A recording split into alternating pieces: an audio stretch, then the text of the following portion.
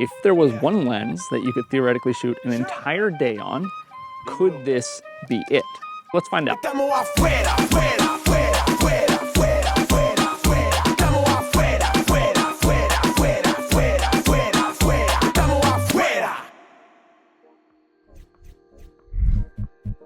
So I'm back in the studio and I've now had this lens with me at 3 different weddings, and I'm pretty impressed, which is good news for all wedding filmmakers, but even better news is that we are giving this lens away to one lucky winner, so be sure to watch this full film to learn how to win.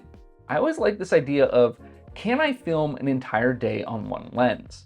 And realistically, I'm not filming every single shot in a film on that lens, but more so, can this lens live on my camera for 70, 80, 90% of the shots that I want to get in a day? And the way you shoot will of course dictate what you need, so this might not be for every type of wedding filmmaker, but I do think this fills a role for many people. You might remember I did a similar video on the Tamron 35-150, and I'm here to report another positive experience with the 28-75.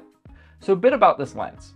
It has a 28-75mm focal range, it is currently only available for the Sony E-mount, and it has a constant aperture of 2.8, which is great for weddings not only because it's a decent amount of light that gets let in and it gives you a bit of bokeh, but also because it is constant, which means that when you zoom, your aperture will not change and your exposure will remain consistent, which in a fast-paced environment like a wedding, that time is important, and that might be the difference between getting the shot or missing it.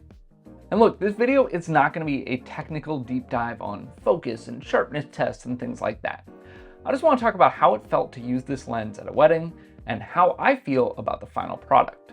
So as it relates to weddings, I think the most important thing to talk about is the range that this lens covers, because that is what initially piqued my interest. In a lot of ways, it's very similar to a 24-70, so if you've already got one of those, then this probably isn't worth switching. But I know that range has been a go-to for many wedding filmmakers and photographers for years, and it makes sense. At the wide end, in this case 28, you're able to capture full room shots, wide groups, venue and scene setting. And on the other end at 75, you can get some great details, portraits, and things like that.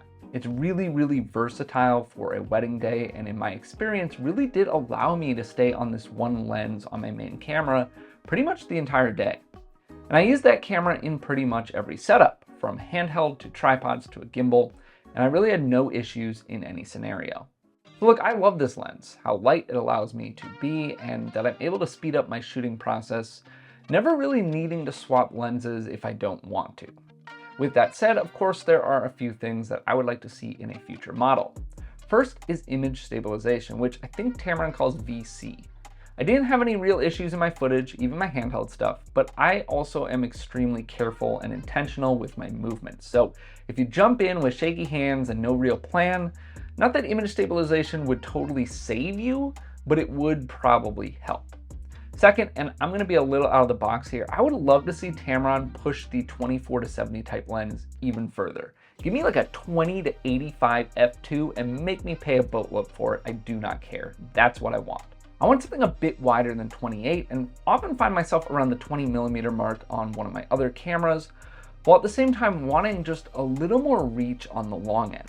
And lastly, while this doesn't matter to me, I want to see this lens for other cameras as well, as it is currently only available for the Sony E-mount. All in all though, this lens will have a place in my bag and I think should be a consideration for you as well. It produces great images, focuses fast, covers a solid range, and ultimately allows me to be more light and nimble on a wedding day, which is what this test was all about. Now take into account that it's only $700, and this is, in my opinion, a great buy whether you're new and looking to save some money by buying only one lens for now, or you're more established, you're just looking to add something like this to your kit.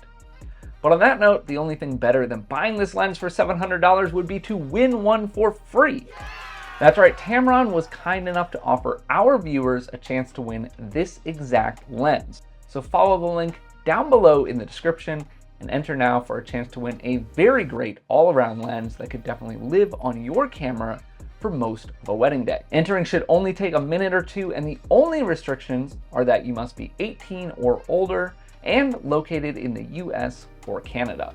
But that's it, so leave some praise for Tamron down below in the comments for giving you this opportunity, or let me know if you're already using this lens and what your thoughts are, and I will see you in the next video.